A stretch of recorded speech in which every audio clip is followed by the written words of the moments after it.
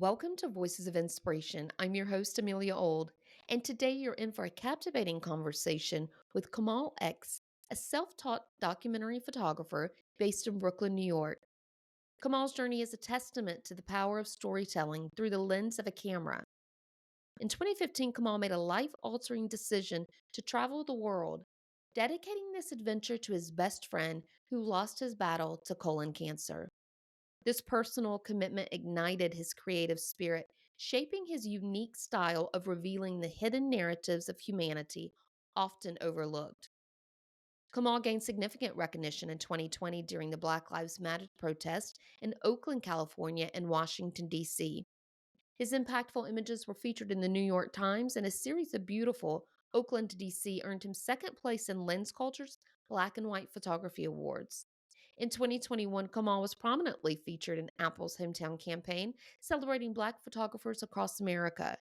He also self published his debut book, A Quest Supreme, chronicling 5 years of travel to over 40 countries in search of inner peace. Stay tuned for Kamal's upcoming release, Black Astronaut, on October 24th, 2023, a visual masterpiece capturing a nationwide revolution sparked by the pandemic and George Floyd's tragic passing. Join me as we explore Kamal's remarkable journey and the powerful stories he's captured through his lens. Everyone has a story to tell. We connect and relate to one another when we share our stories. My name is Amelia Old, and I am your host of Voices of Inspiration. Join me as I share stories of friends, family, and strangers from my everyday life and travels. You will laugh, possibly cry, or walk away feeling connected more than ever to those around you and ready to be the change our world needs. Everyone has a story to tell. What's yours?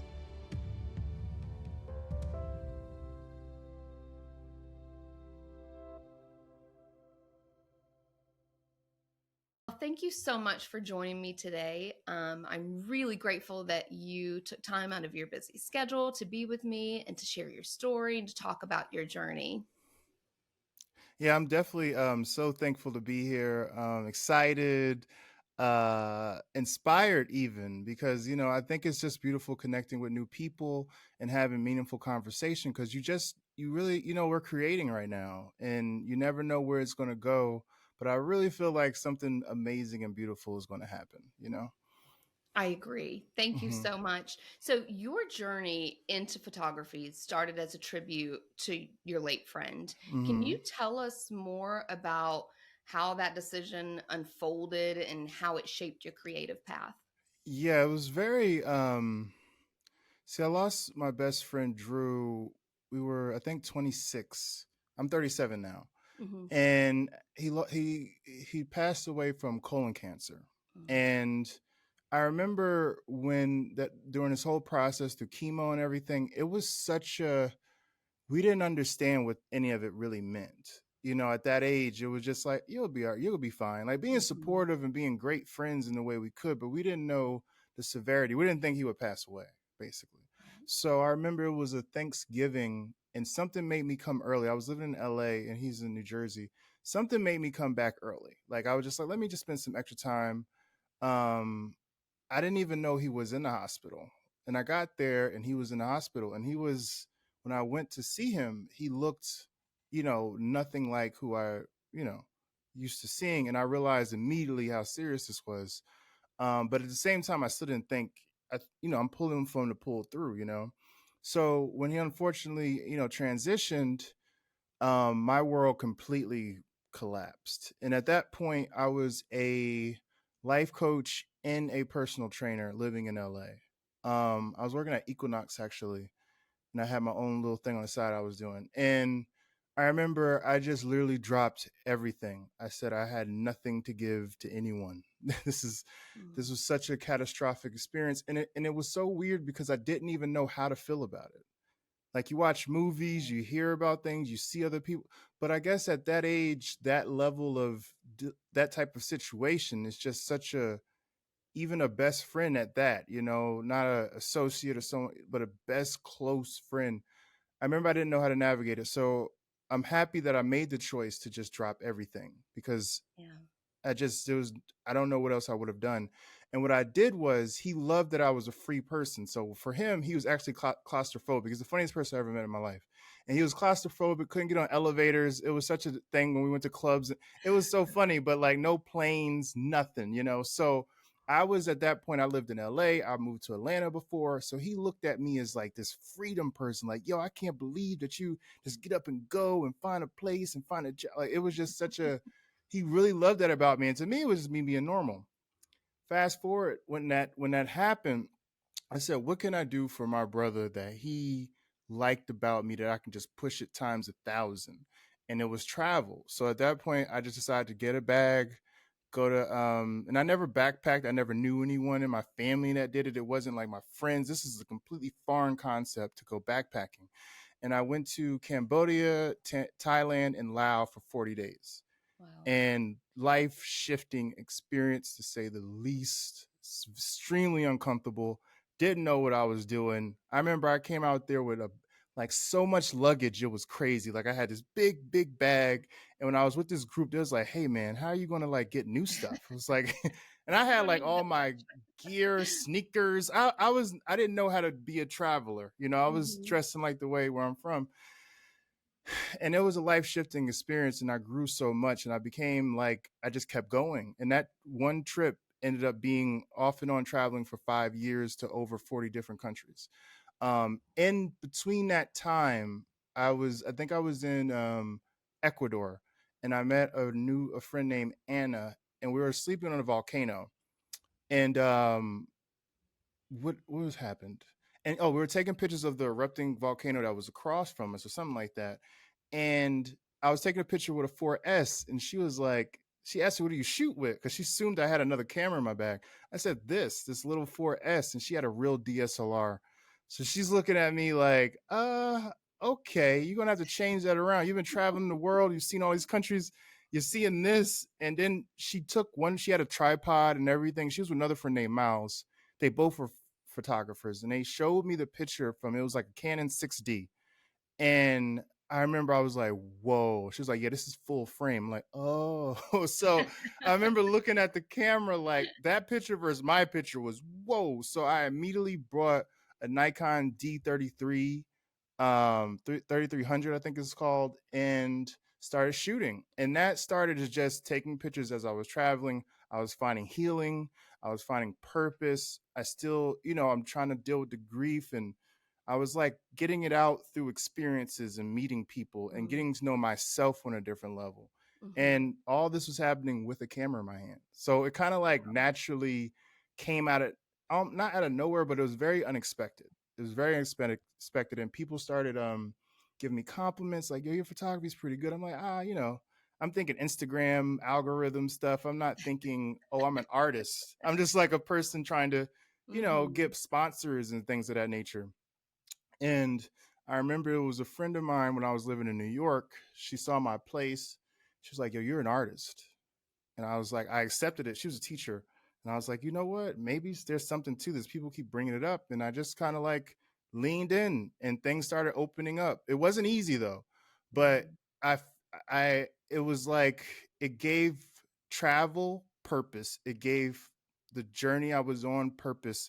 And I knew I was seeing things that most people don't see, and it Mhm. gave me a amazing feeling to be able to bring people into my world. Because that, Mhm. like, if I say I've been to 40, 50 countries, like, that's, I appreciate that, but a person that doesn't, they're just like, oh, what does it mean if I can't show you? So for me, Mhm. having that medium has always been a great way of expression, and it's grown into a beautiful thing, and why we're here today.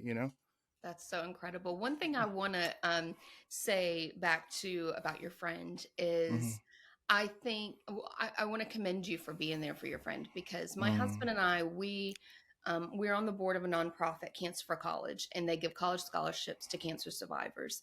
And Oh, a wow. lot of the scholars that we talk to and that we've talked to over the years, one of the things that they say is when they were diagnosed with cancer, whatever age they were, friends tend to kind of fall off the radar. Friends kind of Mm-hmm. disappear, not because they don't care, but because they don't know how to deal with it. They don't Right. know how to support them. They don't understand it.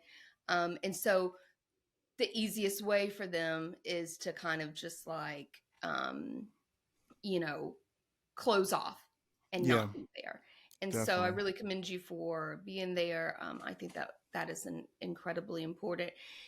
As a self-taught photographer, what have been some of the challenges, or what were some of the challenges that you faced along the way of learning photography? I would say I think it's a challenge for anybody, but I think it's finding your own voice, finding what you really care about. There's a couple of photographers I remember, like when you start out, you're like taking pictures of everything, right? And then you don't really upload much of it, or you upload a bunch of it and it's not good enough to show anybody. So you're taking up memory. And I remember this photographer was like, "Why are you taking pictures of things that don't move you?" It's like, that's interesting. Things that move me. So like I kind of, as I started going to things that moved me, it kind of pushed me into the space of, documentary style street photography. Now, the challenge with that is that on Instagram and social media, which is where I kind of was just trying all this stuff out, which is most creatives use that Mhm, medium. That's not what the algorithm really likes. Like it's more mhm, about take a picture of you in front of the Eiffel Tower wearing a nice mhm, outfit, go eating at a restaurant. But in terms mhm, of taking street photography, showing what you're seeing and just being more, I would say, artistic, I would say, mhm. that doesn't normally correlate. If I do a picture of me, I get a bunch of, and it feels good. But then when you put that other thing, that's what you really like, what you saw, it's not a lot. It's a lot of crickets oftentimes. And I think thankfully, I kept researching and finding not older, but like more experienced photographers and seeing like the difference between, and there's a difference between, let me say a social media photographer, which is Mhm, no shade or mhm, hate on that, versus mhm. someone that's like in the industry photographer. Right. There's two different worlds. They don't really collide the way Right. people think. And once I realized that, I was like, okay, this isn't you. This space on Instagram just doesn't fit your aesthetic. And when I shifted it, it again helped me find my voice and just choosing to stick to my guns, because when you don't have a class or school, when you have classmates and people who can like you can talk Mhm. to about these things, you're really in the dark room. Like you're really like, is this good? Is it? Right. Do I know what I'm doing? When I'm talking to, and especially in the beginning when I was meeting photographers, they would talk to me with language I didn't understand. Like, what do you shoot with? I was Mhm. like, what am I supposed to say when you say that to me? I don't even know what that means. Now, obviously, I'm well more versed in it, but I would say finding voice and doing it was difficult, but I appreciate it was doing the work, meaning learning all the information, like getting like I have over 80 photography books. Like Wow. I started watching all these documentaries and like just interviews and just like even directors and seeing how to create movies. And luckily, I have always loved film. I just didn't realize it was my gift. Like, even Mhm. though becoming a photographer was a surprise, I've always kind of gravitated towards cameras, keeping memories. I watch a lot of movies. So I guess it was kind of always there. And it just Yeah. like the roads collided in a great way. But yeah, I would say just learning it on my own and being confident and but it's Mhm. also it was difficult, but it also gave me, I think, an edge because I didn't go through the the the normal route. I would say Mhm. I kind of have learned to have a much thicker skin. I've learned to be very like, this is what I feel, this is what I want to do, I'm going to do it. Like, Mhm. whereas I think sometimes having so many people to compare yourself to can kind of limit you because you don't kind of think for yourself sometimes in terms of finding your own way. So it's been difficult, but it's been beautiful at the same time, I would say. Yeah. I mean, I think that that is, I mean, you're right on point with that, because social media, we see this person and we see that person, and we're like, oh, well, they're doing it that way and they're doing it that way. Maybe that's what I need to do Right. because they're successful. And maybe Right. I need to be just like them. And we lose ourselves and we lose our own voice Mm-hmm. along the way. The So I think that, voice. I mean, you're right on point with that. How do you approach the process of storytelling through your photography? Doing ooh, I don't know. It's actually a pretty heavy. It's probably more complicated. Like it's like I don't take pictures. It's weird to say this, but like I don't take pictures of anything I haven't seen before.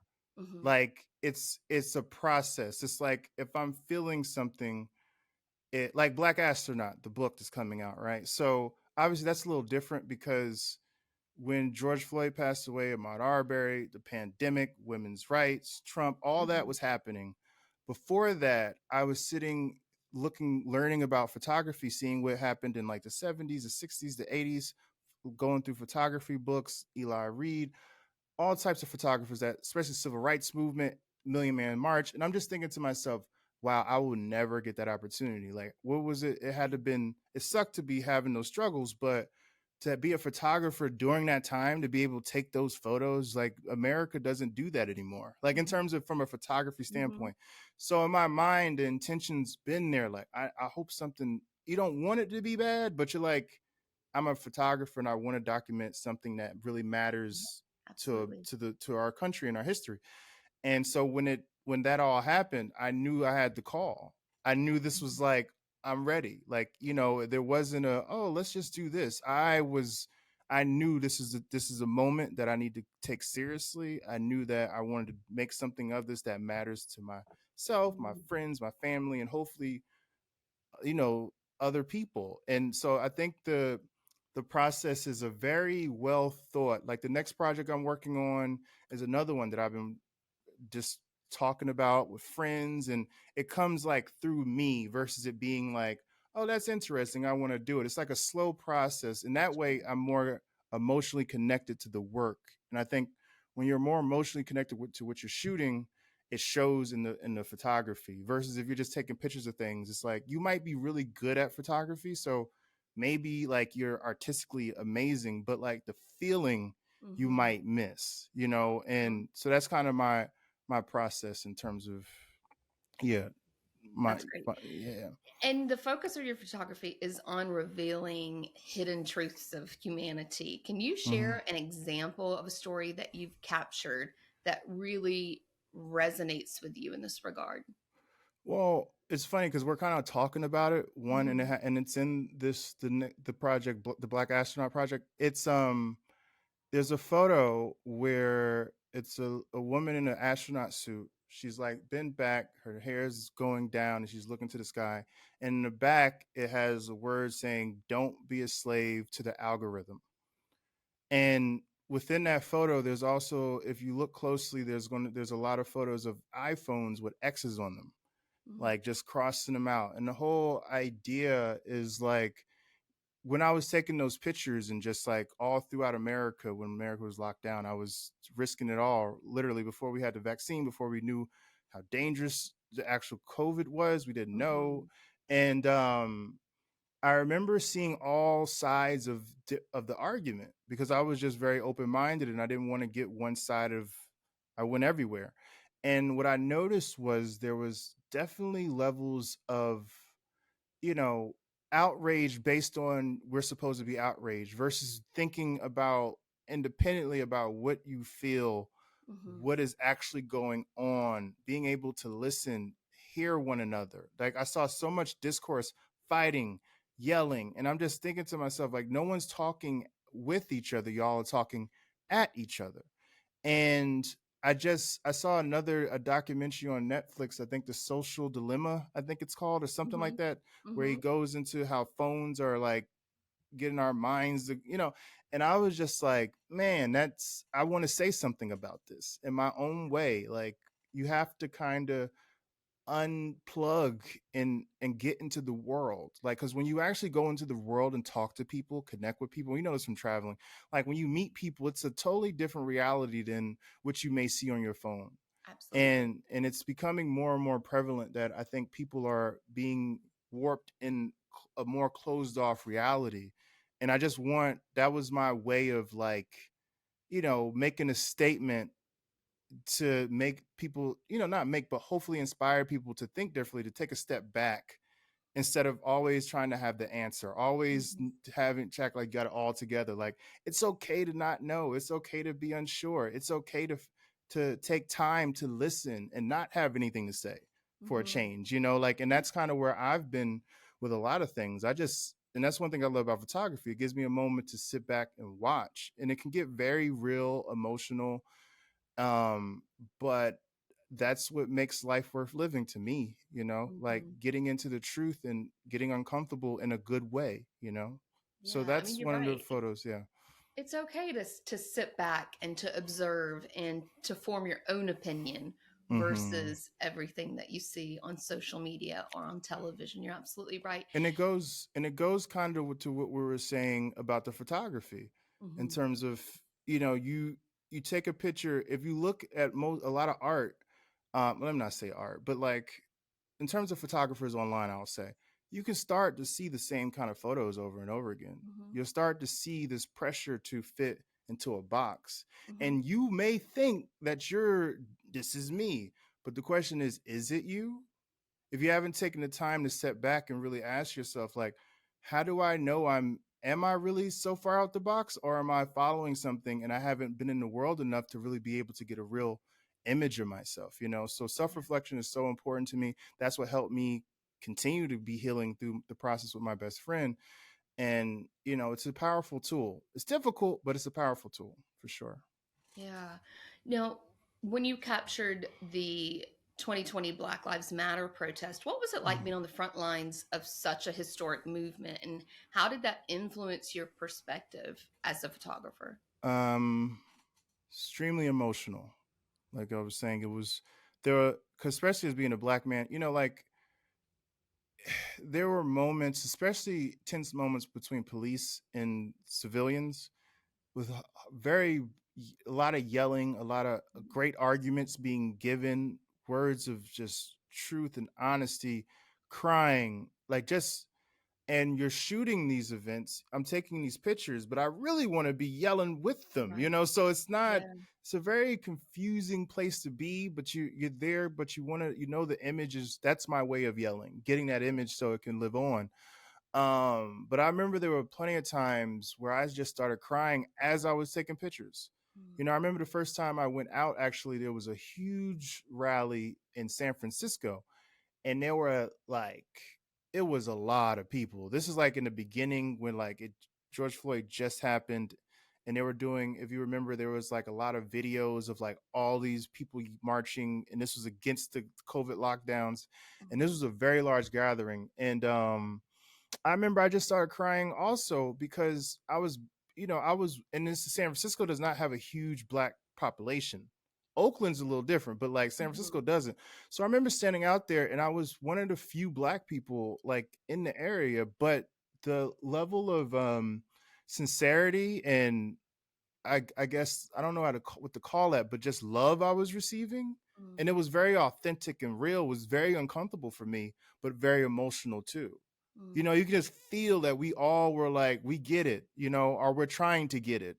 Yeah. And, you know, so it was very, very real. It felt like every day, and I was going out every day, every night, around the clock, you know, and it was never an easy moment. There was always something that was like a challenge. There was always something I needed to question myself and figure out and ask, why do I want to take that photo? Is this worth? There were some things I saw that I think a lot of photographers would have taken pictures of. I felt like that wasn't right, you know, like, Right. so it's also discernment is also another Mhm. thing. And I think it ultimately, it taught me the importance of being dedicated to what you're trying to say. You know, like Mm. I think people often, it takes a lot to really find your voice, find your way in anything. And I've never dedicated that much time and physical energy to anything. And I would have never thought being a photographer was like this physical thing. Like, but you really do need to be in shape. Like you're running, your body needs to be flexible. You have to get, and I'm 6'5". So there's Mhm. like a lot of times when I'm taking pictures of people and they might be shorter than me. So I have to get really low quickly. Like there's so much that goes into it. So it just taught me that photography is a sport, you know, and it's like you better be in shape if you really want to do it, and you got to go every day. It's not something that you can just like, oh, I got my camera, I'm gonna take some pictures. And Mhm. like this book took 3 years, you know. and the one before that, Quest Supreme, took 5. You know, so it's a very dedicated thing.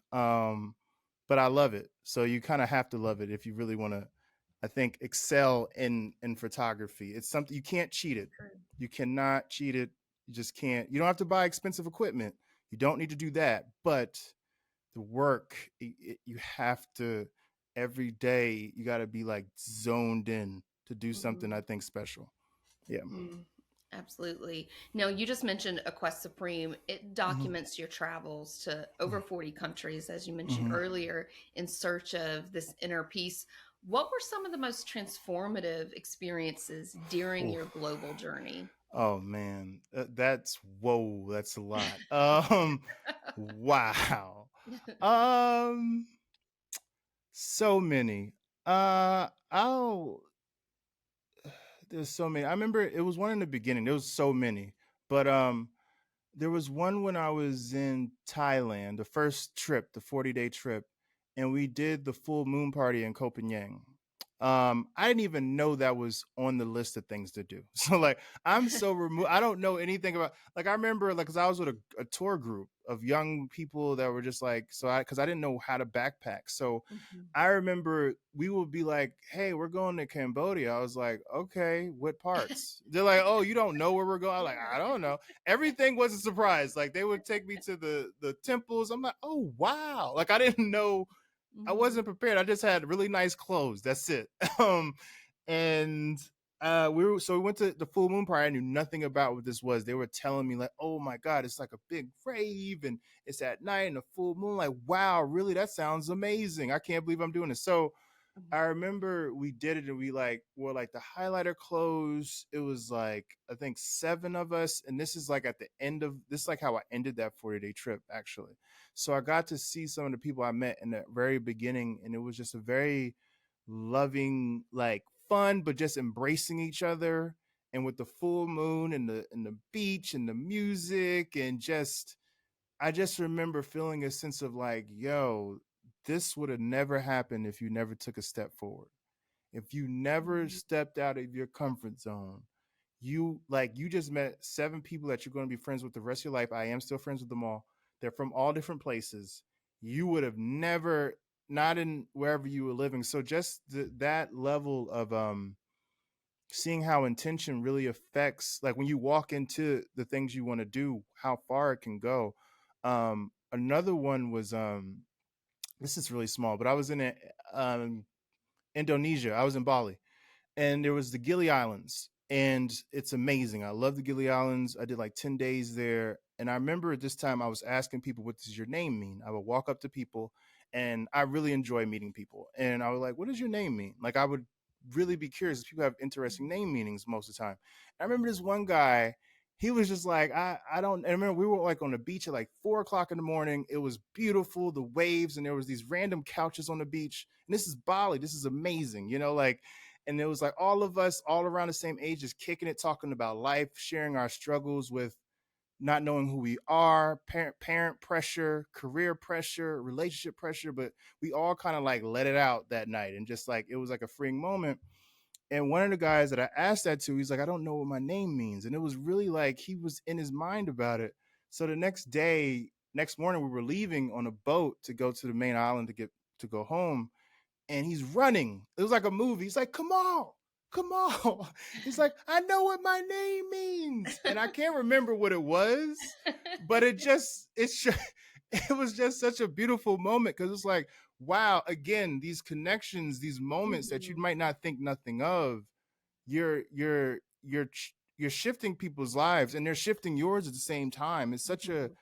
It's such a beautiful experience to be traveling and especially when you're doing things outside of the comfort zone outside of the Mhm. tourist stuff really exploring yourself like it's immaculate really it is Yeah. And yeah. I think that you're right, like doing things outside of the tourist stuff. And that's so Hmm. important to me and stripping yourself of the things that you're used to, right? Like Yeah. when my husband and I, we hiked to Mount Everest Base Camp 5 years ago. What? And we didn't summit, we didn't do the summit. We just went to base camp, but that was That's enough. something. No, you That you was were enough. you said I'm going. That's an That was you, enough. you did that part. That's already like 2% of humanity. That's amazing. Wow. What But was it that was like? it was Yeah. the most difficult thing that I'd ever done, both physically and mentally. Mm. Because and it wasn't even necessarily stripping yourself of the material items that you're used to. It was more so for me. Now, I ended up at the end, I had a lot of health problems afterwards. It turns out I had asthma and I didn't even know, and I was in asthma attack Mm. the whole time I was there. And had no idea. Like by the time I got home, my face was like a big Oh. tomato. It was just Yeah. puffy and red because of the altitude. But for me, it was more so having idle time in my mind, right? Like Mm. now I have time to think about things. Now I have Mm. time to write things down and to like really be with myself. And sometimes we're not always comfortable with that, right? Sometimes Yeah. we don't want that because we Yeah. keep ourselves so busy because we don't want to think about some things. Mm-hmm. And so, and actually, I don't think I've ever even talked about that portion of the trip. I've spoken about the trip numerous times, but I've never really shared that that was the piece that really Mm. was like, oh, now I can't, Wow. you don't have your iPad or your phone Yeah. in bed to scroll TikTok at night, or Yeah. or a lot of your friends or family members around you. I mean, you're with a Mm-hmm. lot of strangers, and we made friends and we had an amazing, incredible time, really transformative time. But it definitely gave you time to think. And I think Yeah. some of those trips, like what you're talking about, it does. It makes you think Mhm. about things that you wouldn't have if you were home. Yeah, it definitely, and Now, it can get very, like you said, it can get very uncomfortable. Like yeah. it's not, it wasn't a beauty show for me. Like those five Mhm. years, there was some Mhm. tough Mhm. times. Plenty of times where I wanted to just leave. I Yeah. remember one time I called my mom. I was like, I don't like this anymore. Like it was too difficult culturally. I Mhm. things that work at home, and I've always been a social person. I had to learn how to become social internationally because Mhm. it's a Mhm. different way of communication. Yep. It's different. So I didn't know. So I'm doing my Jersey thing, and the Jersey thing ain't working. And I'm thinking they don't like me because something wrong. They're judging Mhm. me. And I remember my Mhm. mom was like, yo, just you paid all that money. Have a good time. Stop Mhm. trying to be people's friends. Just Yeah. do you. And when I did that, to my surprise, all of a sudden I met so many people and I Yeah. realized it was me. It wasn't them. It wasn't the world around me. It was me trying to fit. Well, not, I don't know if I was trying to fit in, but just focusing on the wrong part. You come all the Right. way out there. It's not about them, it's about you. And once you Mhm. make it about you, naturally, them becomes a co created space versus trying to live through just the people you meet. It needs to be like a Yeah. little bit of both. So it's challenging, but it's Mhm. beautiful at the same time for sure. Mm. Now, you were in 2021, you were featured in Apple's hometown campaign, Oh yeah. celebrating Black photographers across America. How did this recognition impact your artistic vision and career? Oh, it was a beautiful push. Oh man, that was the wake up call. That's the one. I remember I was driving. I was driving somewhere, and I got the email, and I'm like, "Is this real?" Because it was like Apple. I'm like, "This is come on, come on," you know. It's a So spam then, email. yeah, who's trying to get my information, you know? And then I remember she was like, "Yeah, to send you, you need to sign an NDA to move forward." I was like, this is It's real. real. Okay, so I had to park the car. I was like, okay, this is really, so and I remember it was like it was game time. It wasn't like, oh, you got 2 months to figure it out. And it was like we have a meeting in like a week or like 3 days. You need to have your whole concept ready. We're gonna give you the tools to use. You can't use your equipment. You can't Mhm. use random. They were just saying so many things I couldn't use. Like you just have to basically get to the just a camera Right. phone and your subject. That's all you can do. And you're going not against, but it is like a competition to a degree. You don't want to, you got other photographers from different places. And at that point, I didn't know how many. I didn't know like the number. I didn't Mm. know whether more people in the Bay Area.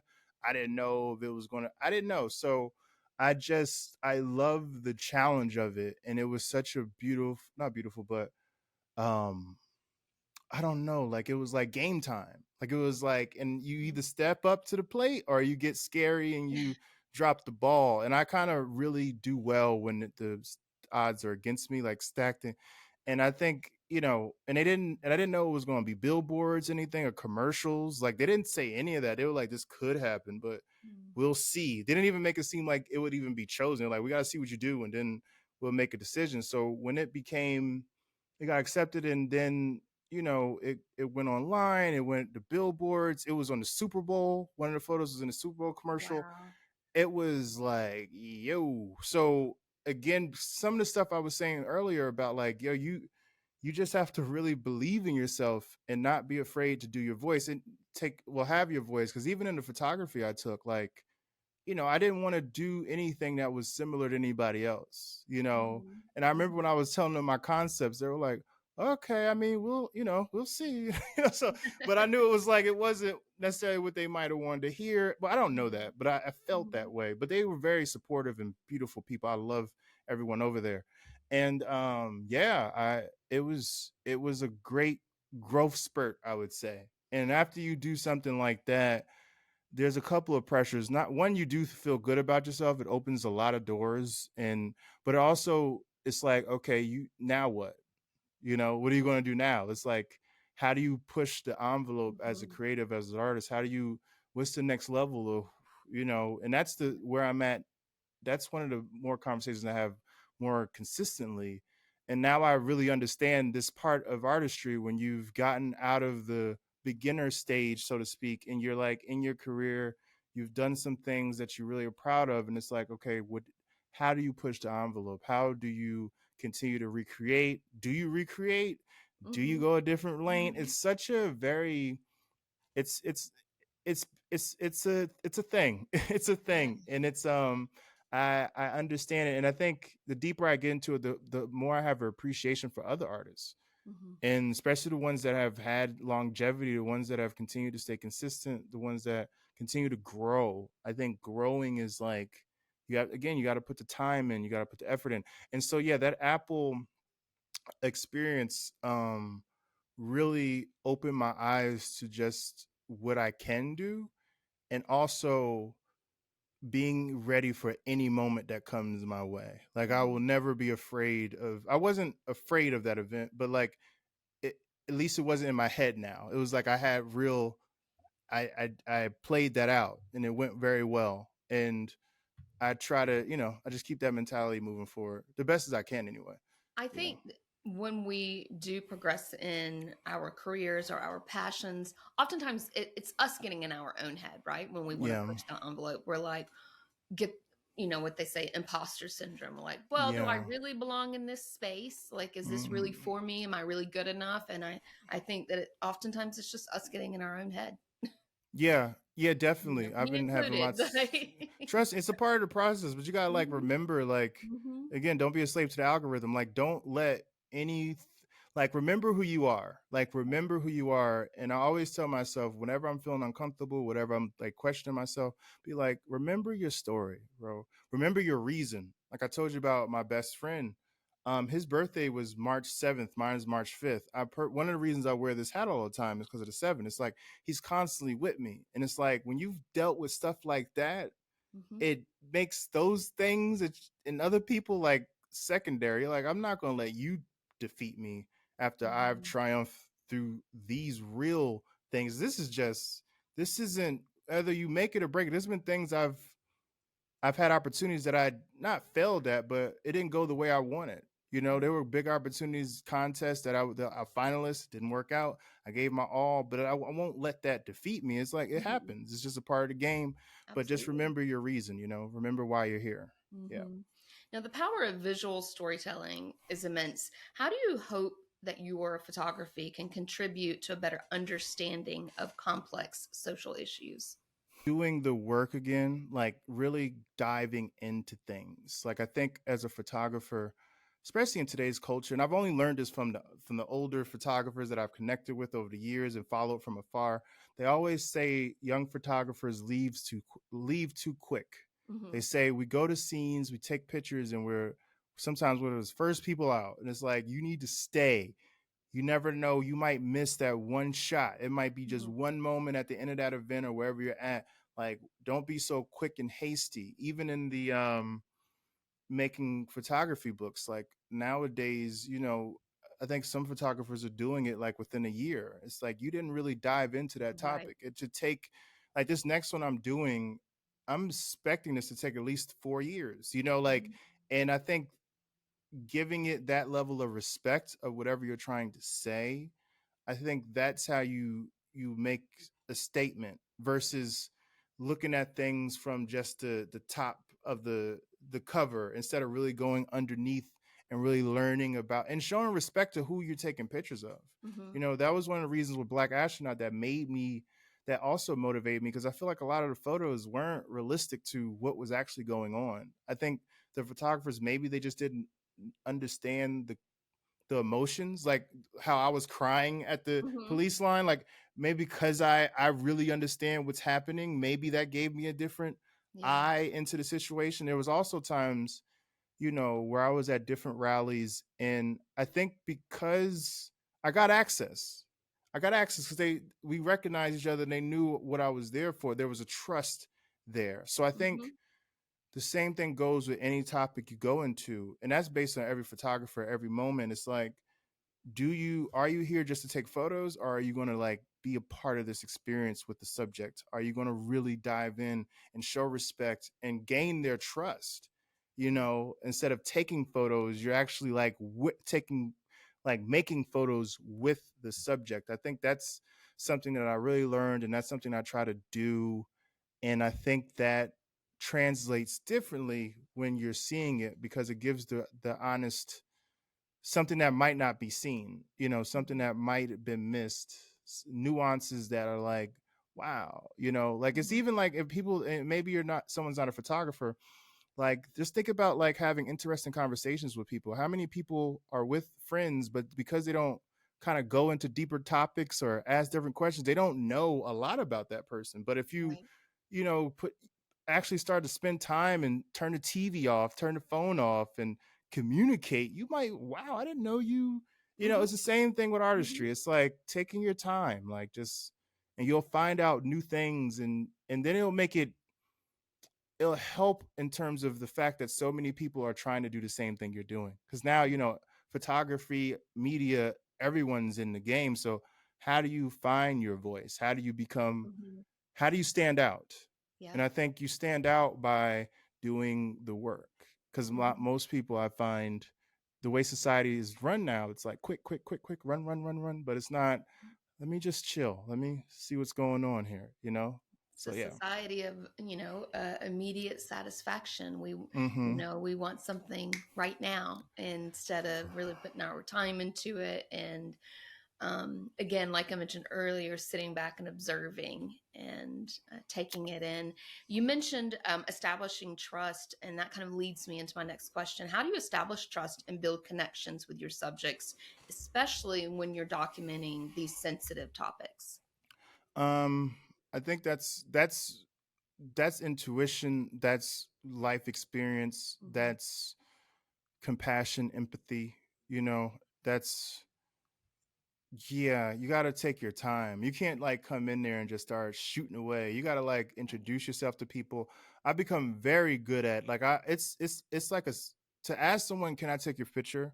is Hmm. so natural to me. There's no level of like, I don't, like in the beginning it's Hmm. like that. You don't know if you can. Now it's just like, "Hey, can I take a picture?" No, okay, cool. Like, I don't even take it personally. Like, it's like, it would have been a great photo, but I get it. Yeah. Whereas, but 9 times out of 10 people say yes, Hmm. and you get the access and trust because, like, how many people tell me thank you because I asked, like, just saying, "Hey, may I take your photo? I think you look cool," or, "Hey, I'm doing this project," or, and they go, "Really, me?" I'm like, "Yeah, you look like," and just having that friendly, Yeah. I am moved. So that's the other part. I'm not just taking it just to take it. Like, I'm looking at you, I'm like, oh no, I have to do this. And I think that energy, I believe the subjects feel, Mhm. And so I think yeah, it's a part of just like talking with people and not being afraid. Don't let this camera block you from having experiences with people. There's been, again, like I said earlier, there's been moments where I'm like, this is an amazing photo,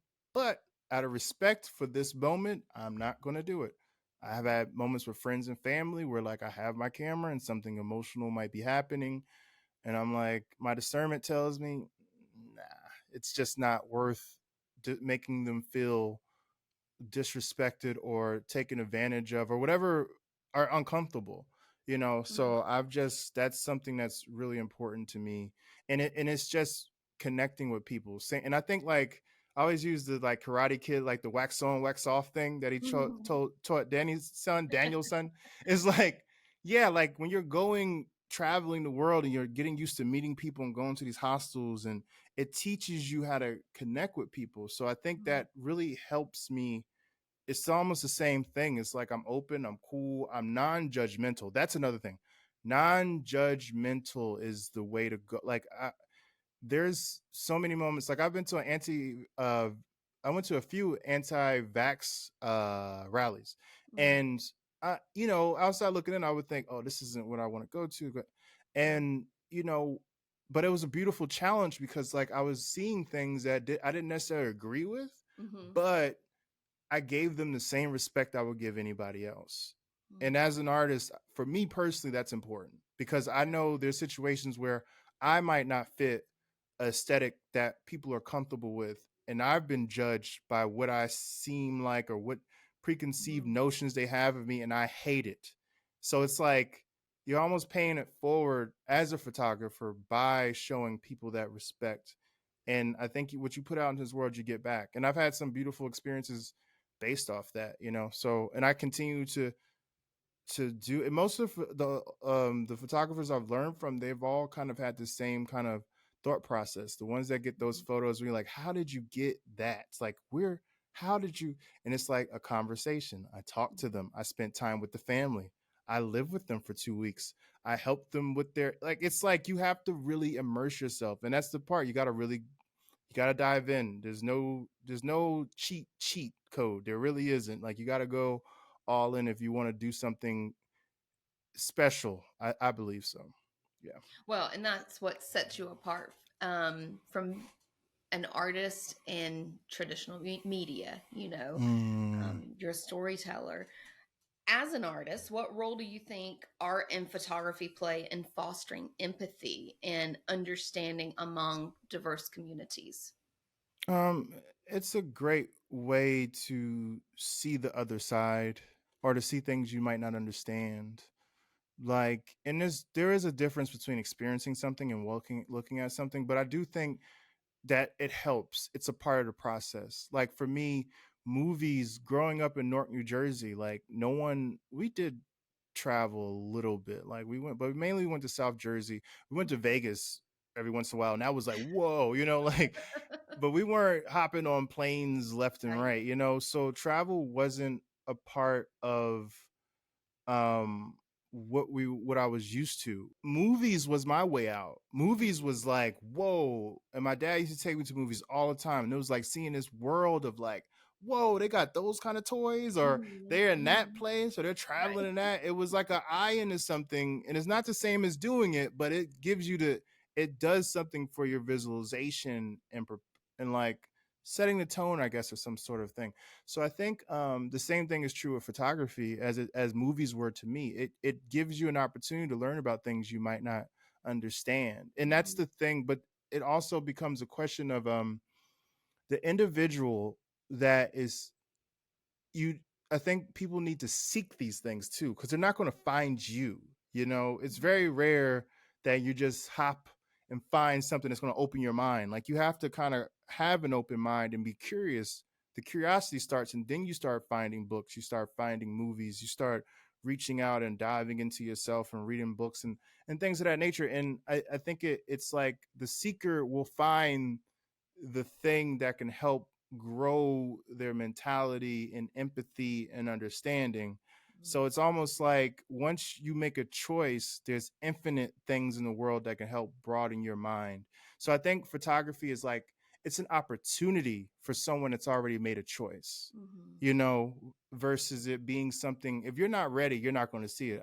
I've shown books to people that have changed my life, and I've seen them get it and they go flip, flip, flip, flip, Mhm. nothing. I'm like, and I'm like, how could you not stop and look at that photo? And they're like, oh, it was cool. Drops the book Yeah. and goes, and I'm like, not to take that personally, but it's like it shows me that if you're not seeking that, you're Mhm. not going to see it. Mhm. So I think it again, I think it provides an opportunity to create empathy, but it doesn't make people empathetic.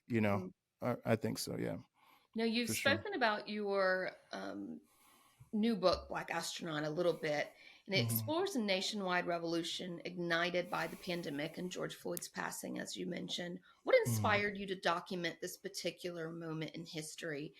And what message or impact do you hope that this book is going to have on its readers Great or question. viewers? Great, great question.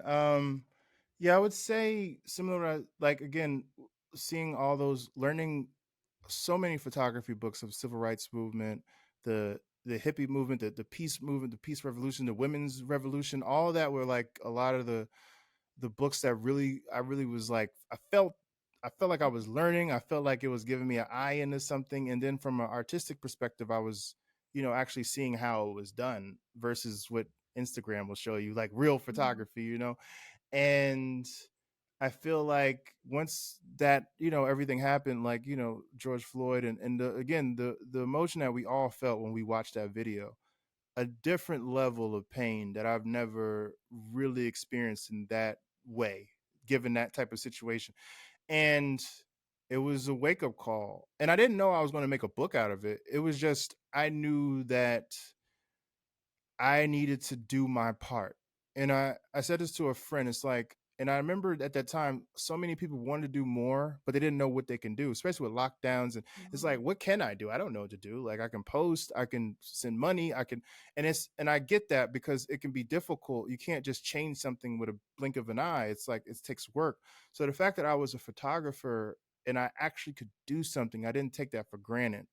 So it's Mhm. like for Mhm. for all my friends that wanted to do something but couldn't, all the people that aren't here anymore that are living through us, and all the people that are coming down the pike that need to understand what happened at this moment in time, like I was, that motivated me to get out there and do it. And it was just pure rawness of the moment and complete, just in like completely tunnel vision of making sure I do my best and not taking anything for granted.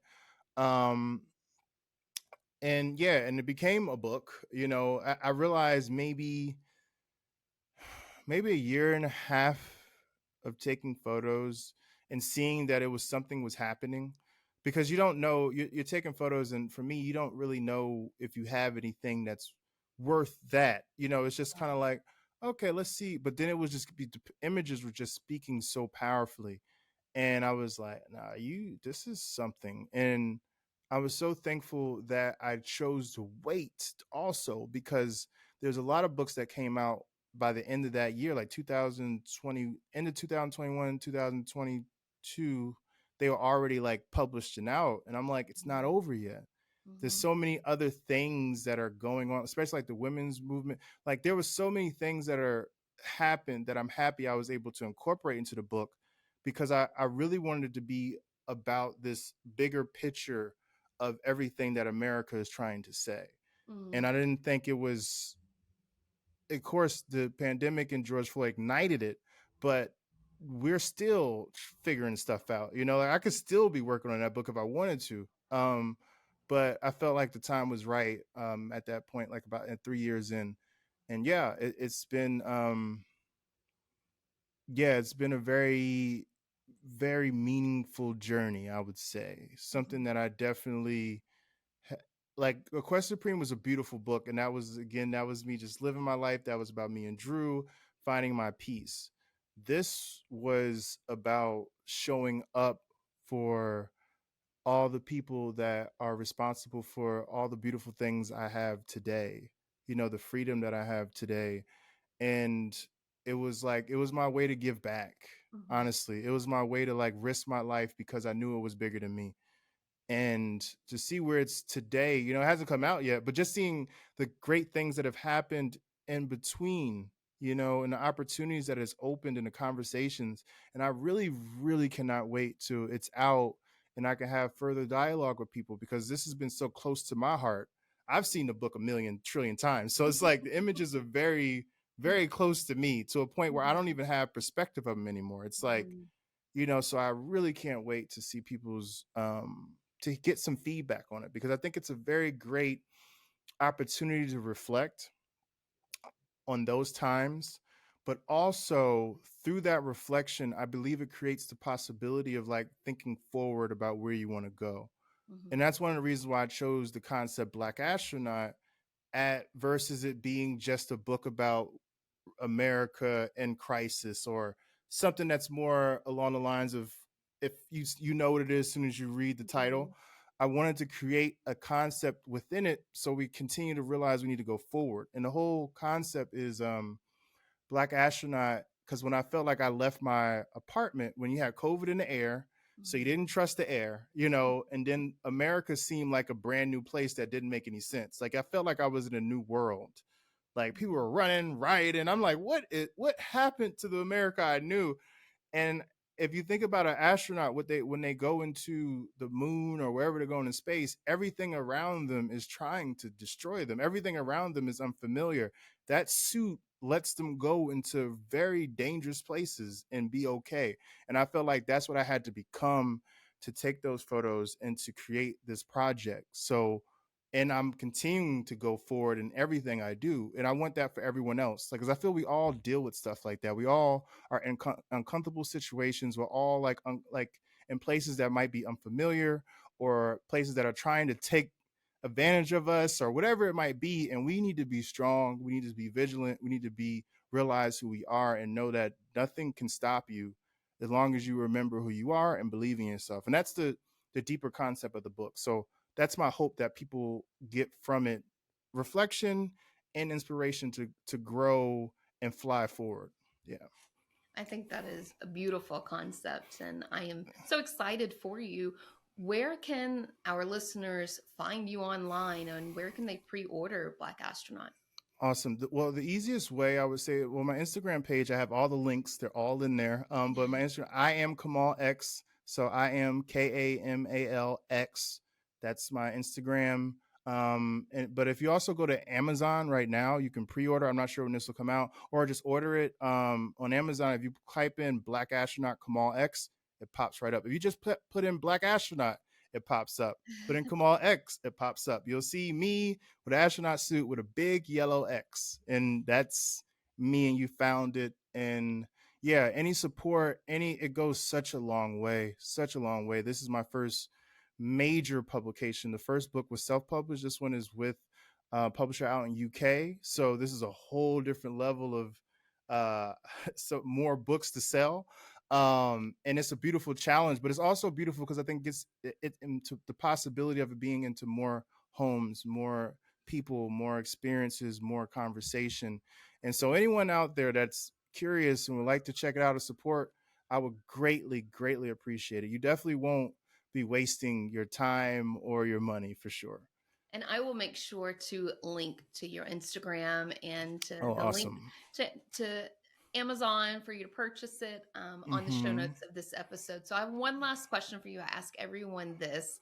Do Mm-hmm. you have a favorite quote or any words of wisdom that you would like to leave behind for our listeners?